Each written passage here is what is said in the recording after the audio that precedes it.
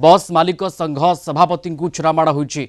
बस टाइम को लेकिन समय को लेकिन कोरापुट बसस्टाण्ड रे बस मालिक संघ सभापति को छुरामाड़ होइथिबा अभियोग होइछि। छुरामाड़ करी घटनास्थल अभियुक्त फेरार हो जाइछि। आहत संघ सभापति शेख कासिम चिकित्सा पई हॉस्पिटल रे से भर्ती होइछन्ति। घटनास्थल रे वर्तमान समय टाउन थाना पुलिस पहुंची तदंत करुछि।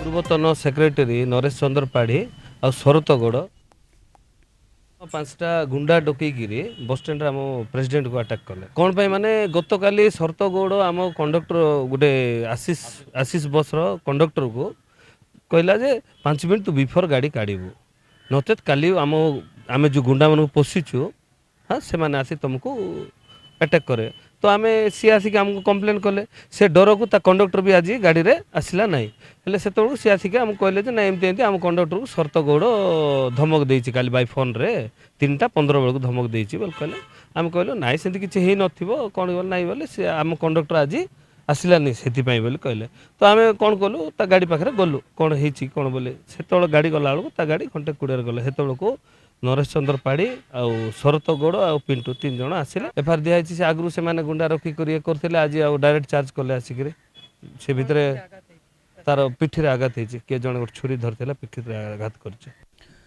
कोरापुट रिपोर्टर मदन मोहन साहू जोड़ी होती आम सहित फोन लाइन रे। मदन मोहन जानवा चाहबू ये केवल बस टाइमिंग को लेकिन छुरामाड़ होइछि बस मालिक संघ सभापति को ना आउ किछि एथिरे कारण रही पूरा घटना कौन पुलिस बाबद रे केमती कथा को आगौछि बा इन्वेस्टिगेशन को आगौछि। देखंतु प्रियरंजन आज दिन 2:10 समय रे बस चलाचल टाइमिंग को नहीं घरे बस 2 गोष्ठी कर्मचारी मध्य गंडगोल होइतेल। एही समय घरे बस मालिक संघ सभापति शेख कासिम उभय दल को बुझाइबा पई सेठारे पहुंचथिले। सेठारे सभापति शेख कासिम को पछपटू अतर्कित भाव छुरा आक्रमण होइथिला।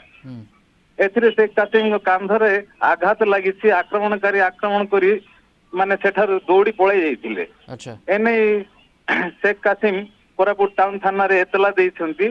पुलिस पक्षरु तदंत चलछि वर्तमान सुधा काहारी को गिरफ्त करा जाय नै। अच्छा तो बस समय को लेकिन अनेक कथा सामना को आसुचे जे बस मालिक संघ सभापति तांकर गोटे गुरु दायित्व रहुची को बस केतेबेले जीव केतेबेले आसीबो केतेबेले जीव ए बाबद रे गोटे असंतोष थिला कि पुंजीभूत असंतोष थिला कि से हिसाब रे ठीक घटना घटी कि हाँ पूर्व उभय गोष्ठी मध्य बहुबार ये सब बेले गंडगोल हुए किंतु आपस बुझाणा मध्य समाधान हो जाए थाए। अच्छा किंतु आज ताहा एक उग्र रूप नहीं परिस्थिति सृष्टि होइछि प्रियरंजन। ओके वर्तमान केमती वर्तमान स्थिति रही पुलिस रो इन्वेस्टिगेशन कोन कहूची एवं जो पुलिस तदंत चालू होइछि सर काहारी को गिरफ्त करा जाय नै गिरफ्त करा जाय नाही। ओके वर्तमान स्थिति प्रशमित अवस्था को आसीछि ना आहुरी स्थिति बिगड़ी पारे बस चलाचल स्वाभाविक अछि। वर्तमान सुधा किसी कौन सी प्रकार अप्रीतिकर परिस्थिति नाही। ओके केते दिन धरी एभली बस टाइम को नेकी असंतोष देखा जाउथला एई बहुबार हे आगुरु पाखापाखि माने वर्षे आगुरु मध्ये एई भली थरे दिथर एमती हेई बारंबार थाना को आसंती उभय दलंग मध्ये आपस आलोचना माध्यम सब जिन समाधान होई जाय थाए। किंतु ताहा आज टिके उग्र रूप नेकी एई भली छुरा माड पर्यंत कथा जाईछि। अच्छा उभय गोष्ठी कोट ना कोट निज जिद्र अटल हाँ निज जिद्रे से माने अटल अछंती। वर्तमान आक्रमणकारी माननकु धरिया तुरंत गिरफ्त करिया पई सभापति दाबी कर।